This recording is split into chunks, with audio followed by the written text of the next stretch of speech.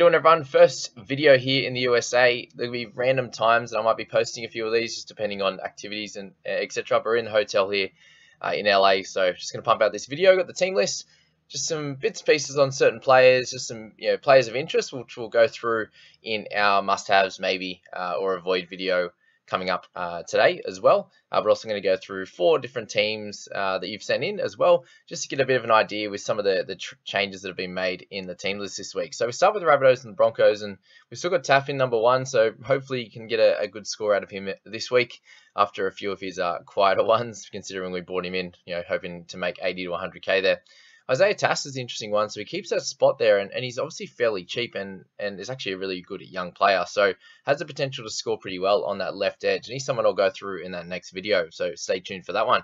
Cody Walker also becomes a very intriguing option, considering he shouldn't be playing Origin. He has played before, but when you've got Luai, you've got Cleary there in that position, and the 14 position pretty well locked up by a few players now. Cody's on the back burner there, so I think he becomes a solid option at a pretty cheap price there. Guys like Arrow, I think are a hold. We'll leave them out of the next video, but I'd say he's a hold at this stage. Definitely will be a trade heading into round 13. And guys like Cam Murray, I'd suggest with 4 weeks left, heading into Origin, he's going to be, definitely in that side, and will probably miss a few games over that period, whether it be round 13 and 17, potentially, backing up in 14 and 18. So he's probably someone that I think you hold the whole way through, but I wouldn't be, picking him up now, given he's, a bit over 900k. So that's just my thoughts on him. If we move to the Broncos side, Tamari Martin, good chance for him to have more of a bounce back game. I expected him to have a lower one last week with that 20 odd. So, nothing out of the ordinary with him, and he's still playing solidly. So hopefully a 30 plus score for him this week. But he's in that similar boat to Taff, obviously with just having that one good score so far. Taff's been around that 30 mark for a couple of weeks. Yeah. Tony Staggs is someone definitely in Origin contention, so just be wary if you're looking to pick up him, even though he's been having a bunch of good weeks lately. Adam Reynolds been solid, but again, you could probably hold off unless you are thinking of using him as a gun 50-point plus half over the Origin period there. He could be someone of thought. Billy Walters continue to hold him. I think is a solid one. Kobe Heathering needs to go, which we won't bother talking about him. We know what's happening there. So we lose Payne Haas, which is the unfortunate one, and with him probably looking like being out for 1 week, I think it's a hold, but I can understand why people are like, oh, if it lingers for a couple of weeks and then, that's 9 and 10 and then he's going to be out for 13, potentially not back up in 14. There's a few different reasons why you would trade him out, and I understand he's a very high price, so that would be why a lot of people would be thinking about doing that. But just weigh up the pros and cons with that one. I don't think there's a correct answer either way. With it being so close to Origin now, if this was round 2 or 3, then it's a clear hold. Right now, it's completely up to you based on trades and things like that. So just keep that in mind for your own team as to what you want to do. And Kirk Capewell's out as well, but that doesn't really change much for anyone's sides. So Raiders and the Dogs here, and there's not too much to talk on the Raiders side. I think Snyder's going to get a little bit more ball this game with Whiten being out for 2. So anyone who's thinking of trading out Snyder, just be aware that it was only it was his first really low game at 22 points. I think he'll bounce back, especially against the Dogs. I think it'll be a much closer game this week, but every chance the Dogs can win, especially with how the Raiders have been playing. So that's that there. The person we'll talk about it is in the next video is Adam Elliott. He'll be a clear target, but starting in that 9 position again, starting off the interchange bench. So that could change on game day, and if it does, it becomes very interesting for Elliott. But I think at that cheap enough price, if we can get scores of 35 to 40, we can make a decent amount of cash, and he's obviously cover this week in that mid position, which has been a bit of a tough one.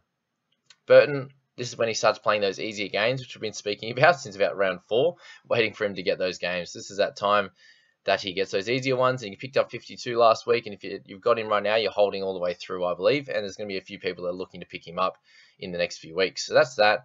And then, forward, so we've got Josh Jackson back in the 13 role. Just be aware that he could potentially play a 55-minute, 60-minute role.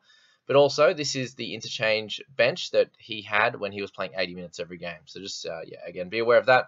And make your decision accordingly that he could play 55, 60 coming back from COVID. He could go straight back to the 80 if he wasn't someone that was affected too badly by it. So just be, keep that in your thoughts there. Tavita Pangai, also a decent option over this time as well. Maxi King, I think, is on hold all the way through round 14. All right, we go to the Panthers and the Eels there. How good's the timing on mine? It's 2:55 AM for the 7:55 game. Beautiful. Do you reckon I'll be up to watch that? Dylan Edwards. So, again, just an interesting one coming into Origin. He's just an up and down scorer, and he's someone I probably want to avoid personally. You got Tungo, Crichton, and May all being named this week, which is really nice. We see Toto on the 24 jersey. When the 24 usually means they're 1 week away, so just keep that in mind and check out where he's at heading into that Friday game. Thankfully, it's obviously pretty early in the week, and you can make that decision on someone like Taylor May if you're going to play him or not. And in that one there, Cleary, again, one of those guys that 4 weeks out from Origin. Do you decide to pick him up now? I think the last few weeks are obviously the best times to get him. There are a few guys scoring really well, so if you've got a DCE, then you can use him to kind of cover that. He got 72 last week, got more than Cleary, so he's playing really, really well, but not the Lord and Savior that you need exactly in your team heading into that section of time. Whereas a lot of people will probably hold him, where you can probably try and make up a few ranks that you lost over this section here. All right, Isaiah Yeo definitely hold throughout that section as well. He'll be someone that will back up, I'd imagine. For these guys. Okay, we finally get to see Dylan Brown go back to 6. So that experiment obviously got kicked to the can after got kicked to the side of the road after the loss against the Cowboys. So thank you to the Cowboys for spanking them and get Dylan Brown back in that 6 jersey. Penasini's been doing really well. Hayes Perham I'd stay away from. So it's good to see Tom Opacek back in the center jersey. So I don't know if it's more they didn't play well and they moved him back, or it's just the fact that they've got a recognised centre back. But I think Dylan you could hold now. Up to you. He played really, really well against the Storm when that was their big clash. So he got 80 in that game. We need a good score from him again. Something 50 plus would be ideal to justify holding him if you're thinking of doing so. All right, moving along. Let's go Eagles and Tigers. So Tommy Trbojevic is named, which is great. So with Tommy back, we see Kolar still named in the centres, and they've got Ben Trbojevic there as well. So it looks like Kolar's position is pretty safe. You got Tuipulotu, who's been playing really well also. So he keeps that spot. Saab's out for a few weeks, and potentially could lose his spot coming back. And we see Parker out as well. So a very interesting team this week. They're almost back to full strength, which is really cool. For those guys there, they've got Olaquatu back. They've got Schuster in the 12 jersey. I'd probably hold off on him for a little bit. Same with Trbojevic. Would you pick him up now, given he's lost so much cash? As someone you could plug in for the next 4 weeks before Origin, and Tommy with obviously the injury that he's coming back with now, will he back up and play straight away after Origin? That's something to think about for sure. Schuster, I don't think will be in that Origin frame, given the fact that he's been out for so long. But so he's going to be a good player over that section of time, which we'll talk about probably over the next few weeks. But I think this week you can watch for one more. All right, everyone's talking about Jackson Hastings at the moment, and very, very fair. He's been playing absolutely sensational. The Brooks and the Hastings combo doing great. I think Hastings just does a lot of everything all over the park, which you can see guys like Nico Hines, the Cleary's doing. He's definitely a much lesser version of those two. But if you're getting a guy in the 600s who has the potential to probably make 100k, average around the 50 mark, I'd say. Not going to play Origin, be a good player over the next 10 weeks or so, and you can potentially hold him as an 18th man. That's the theory for Hastings there. Those that brought in Offalumo over the last few weeks, you lose him, unfortunately. I think Kelma Tuolangi, he gets 80 minutes as well. We've got Stefano Utoikamanu coming back into the interchange, and you don't see a recognised edge forward on that bench. So you've got all middles and Peachy being a rover in that one. So I think Kelma gets the 80, and I think you can continue playing him for a score of that 40 plus kind of thing there. So that's very interesting with those couple of teams. Move to the Roosters and the Titans there. Teddy's been great. Swali'i is someone that's we've been speaking about, probably a little bit too expensive. Joey Manu, do you pick him up now against the Titans, which will be an interesting game. Roosters haven't been playing great. That's probably the only worry with him, is that when they're winning, he's dominating, scoring tries, setting them up. And when they're not, he's getting that 25. So just be aware of that. You've got Sammy Verrills, who's been scoring pretty solidly. So up to you whether you want someone that's going to be like a 45-ish scorer at a fairly expensive price. Angus Crichton probably gets the Origin jersey, guys. Like whether it's off the bench, he's very versatile. You can play him in the centers if you need to. Through the middle, he's played a fair bit for the Roosters, and obviously is a gun edge. So he won't be a starter in the blue side, but he should be on that bench, I'd imagine for sure, as one of those outside edge forwards there. When they've got Murray, who's going to be playing edge, they'll have enough middles, and then potentially Crichton there to cover that position. So if you bring him in now, you just be aware that you're probably going to miss him for a few weeks over that period, but it's good to see him back and doing well. Titan side of the ball, not too much to talk about. Both for more, hold or trade, up to you on him. And for Fafita outside, be moving him on for sure. All right, that's it. Let's go to Cowboys Knights. So, very interesting ones here. We've obviously got Drinkwater been scoring really well. Again, a lot of these guys probably not options to bring in. Someone like Taumalolo, someone like Ruben Cotter, both guys that I think should be on a lot of people's radars, given they played round 13. So if you've got Jeremiah Nanai now, after, if you manage to hold him after his, few lackluster performances, and then you get his score last week of 46, I think it's almost potential that you could hold him all the way through 13 now, and then trade him after that. If you are holding him, then maybe you get one of the other two, whether it's Cotter or Taumalolo. If you still got Gilbert, he could be potentially a hold as well. And I'm happy that they announced the same team that dominated on the weekend with Hamaso on the interchange bench. So yeah, very interesting times for the Cowboys. I'm enjoying this, and hopefully they can put it to this, put the Knights to the sword this week as well. All right, so yeah, plenty happening in the Knights. So we see Jake Clifford, unfortunately, he's out. So Tex Hoy takes that 6 role, and he gets his opportunity. Hopefully he can come out and do really well. He's played a bunch of decent games at 1 when Kalen's been out. So let's hope that he can have a decent go at 6 as well. I think guys like Randall are potentially holds if you want them to be. You can move on if you like. Brodie Jones is out, so we see the return of Fitzgibbon probably slightly earlier than we would have thought. Unfortunately for those owners of Brodie, and I can understand why you'd be frustrated. I am a little bit, definitely. With a few out this week, I've got Kurt Mann, I've got Brodie out, and Payne Haas. So a few very interesting trade options, which actually we'll go through in a video. So how I would think about making my trades this week, in a pretty strange one for me with a bunch out. So Fitzy's back. Leo Thompson goes to 13. I don't know how many minutes he's going to play. They got Matt Croker coming back as well, which is good. I haven't really got too many guys that can play big middle forward, minutes. You got Safidi. I imagine Clemmer would be getting some big minutes. So he's going to be an interesting one as well over the next few weeks with how good he's been scoring lately. Just keep an eye out on him. You got Crossland and Tex Hoy playing 6 and 7. So yeah, very, very interesting how the Knights have matched up this week, and hopefully the Cowboys can beat them. But Leo Thompson's definitely a hold now, because I expect some more minutes, whether it be 40, 45, 50. Still going to be more than what he's getting, and potentially a chance to make a little bit of cash this week for sure. So that's that one there. We move on to the Storm and the Dragons. A couple more to go. Pap's been dominating. Hughes, I still think, is a definite hold. Obviously, had a lighter game. Munster and Grant, you probably just, do you keep them in your team over the whole Origin period? Do you hold Josh King right now? I think you do. Brandon Smith's probably just a slight worry whether you decide to pick him up or not, just with the up and down scores. So that's that on the Storm side of the ball. And on the Dragons there, again, not too much to speak about. Jack Bird still in that 6 role. Ben Hunt, still a bit of a hold, but a bit of a worry game for him in his scoring. The amount of missed tackles and things that he could accumulate here.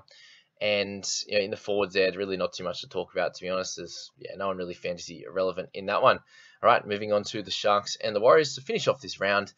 And we've got really Talakai is the one we need to step up and do really well for those that picked him up. Nico Hines, doing his thing is fine. Teague Wilton, I think he's probably a trade out now. And we see McInnes on the bench with Finucane starting 13. So McInnes' minutes, I think you can hold off on him until, again, he gets that starting role and 60-plus minutes. He had really, really good PPM on the weekend. Hopefully he can keep that up. If he can do it off the interchange bench with 50-odd minutes for close to a 1 PPM, then you pick him up. If that becomes a consistent thing, awesome. And if it doesn't, then you can keep away from him. There's a few other guys that we've spoken about that are probably slightly better options than McInnes at the moment. And then on the Warriors side, we see Vialea in the centres again. And Dejan Arzi we'll speak about as well. We just need to find out how long Harris DeVita and these types of players are out, just to give him that opportunity to score pretty well and make a little bit of cash for sure in that position. Ewan Aiken's a keeper. Hold on to him. Up to you what you want to do with Adam Fanua-Blake and Just Tavang. Give him another crack. There's a few guys that messaged me that were asking, should I be getting rid of him after just bringing him in? He had a lower game. It's okay to have a lower game. But you'll be okay. That's that there. So we'll move on to the few teams here. I'm just going through 4 of them. This one here, just an interesting one with Sugma Haas, another one of those great names. We just wanted to say he apologised to me. You don't have to apologise to me. He disobeyed every one of your recommendations. Traded out Teddy, Cotter, and Burton, and deeply regretting it. Karma is a B. That's for sure, mate. Yeah, just really, I just wanted to pop this up. Really, just an interesting one. Not to give this guy crap, but to show that if you're a gun, you trade you in for a reason. Whether at Cotter, you trade him in recently. He was averaging 50 odd. He gets some bigger minutes for once. which is going to happen here and there. Some of these guys will play bigger minutes. You see what happens with Alex 12. When he gets 70 odd minutes, he gets big points. When he gets 45, 50, he gets a little bit lower. And if things don't go right and your team's attacking a lot, they might not get the tackles and stuff they need. So that's an interesting one there. Just wanted to point that out. Instead of starting to run low on trades at 23 this week, you can go on Arthur's to Elliott or a cheapie. I think that would be a great option, man. If you just make the one trade, leave you at 22, I think that's going to be fine. Head-to-head player. So yeah, just something like that with Arthur's who's going down in price to someone like Elliott who's going up will make you some cash, and you could use it as a scorer this week as well. And you have potentially Leo Thompson to plug in there. And if Taylor May doesn't play, if To'o comes back, then you can have Elliott there. Just be aware that you might have to play Kohler there if you're trading out Arthur's and if Taylor May's out, for example. All right, 3 to go. So we got Najib there with as he got too many trades used. 23 is not too bad. That's what my team has currently. But it's just being wary of the next few weeks. That anyone you bring in now, you want to be looking forward to having them in your squad during round 13 for sure. What to do with mid cover? So the Man and Haas. Yeah, this is the one that I'm personally going to be worried about. We've got Jones, Man, and Haas out. So guys like Elliott, I think, are important this week for you at a cheaper price point. And then you could, if you're going Man, trade it out. If you're going Man and Jones, you could do Elliott and someone around that 600k or so. Up to you. I think you potentially hold Dylan Brown. But if you were to go Kurt Mann and Brown, I can understand that. Hastings and Jackson, but that would leave you with only 2 mids playing with David Moale out, for example. So I just think that's, you won't be able to do that this week. Unfortunately, you're going to need to bring in 2 mids. So whether that's Elliott and Jackson, you could potentially use, Cheese, as you spoke about, but I just worried about his up and down scoring. He's probably going to do pretty well over Origin, so if you want to get him now and just ride the ups and downs, that could be decent as well. And just hold Stephen Crichton for now. I think he'll be fine this week. All right, 2 to go. We got Stelmaki. Is Randall a trade yet? Yes or no? Up to you if you want to hold him. If you need him for trades, you got 25 of them, so it's not too bad.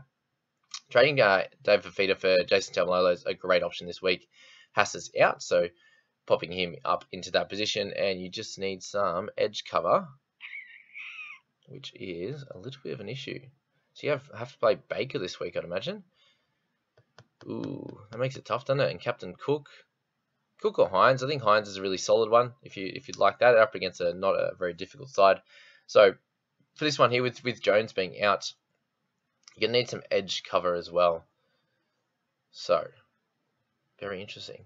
What do you do there? Do you bring in a Jackson instead? Or Jackson as well? You could go Randall and Fafita, potentially, for Jackson and Taumalolo. I think that would fit the numbers. Yeah, I think that'd be pretty cool. Potential option there. Just an interesting one here that he's actually recognised, which I wanted to shout out, that Hunt, Baker, and Andrew Fafita are making small dollars, but need to go eventually. But there's no real cash cows at the moment, and don't want to waste a trade. Great idea. Just wanted to point that out, that was a very good option. And you're listening. Thank you, Stelmaki. All right, last one. Carl Malone's 12s. All right. So just wondering if the trades I've made this week, Frizzell and Alec McDonald to Cotter and Hastings were good moves. Should I try to get Pat? Despite some good decisions with cash cows, I feel like I've ruined my year by not having him, not getting Taylor May, and trading for Feeder for Frizzell right before those 280s, and now having to trade Frizz out again, as well as bad captaincy decisions in weeks. Yeah, so very frustrating, obviously, that one there. Just be aware that Jones is out as well, so you have to play Nanai in there. Hastings trade in is solid. Don't try to get Pap in. It's probably going to be playing Origin there. So something to think about with that one. It's just not, you've missed out on him. Just move on. Same with Taylor May. Just move on. You'll be able to improve your ranks from here if you continue to make some good trades. So that's what I'd be thinking there. You've obviously got a fair few cash cows. Leo Thompson you could play as well this week. You have Cotter, so well done with you brought in Cotter now, obviously. Yeah, just remember that what's happened. What happens with some of your trades is that we're chasing points and bits and pieces like that. So yeah, just one there to be aware of for everyone, that the things that can happen. And obviously some of it unlucky. Fafita was pretty much looking like a trade out and then started dominating, and Frizz just had a bunch of light weeks in teams that just weren't going well. So that's just obviously something that can happen if teams are getting smashed and they're spending all their time standing behind the goalpost when teams are kicking goals. Then there's less time in play for them to run, get a good attacking ball and get attacking stats, and then get that 40-odd tackles. So that's that. Guys, I hope you enjoyed that video. We'll jump into that must-haves video, the buy, hold, sell as well, and help you out with the next few videos coming into lockout on Thursday. Hope you enjoyed that. Catch you in the next one.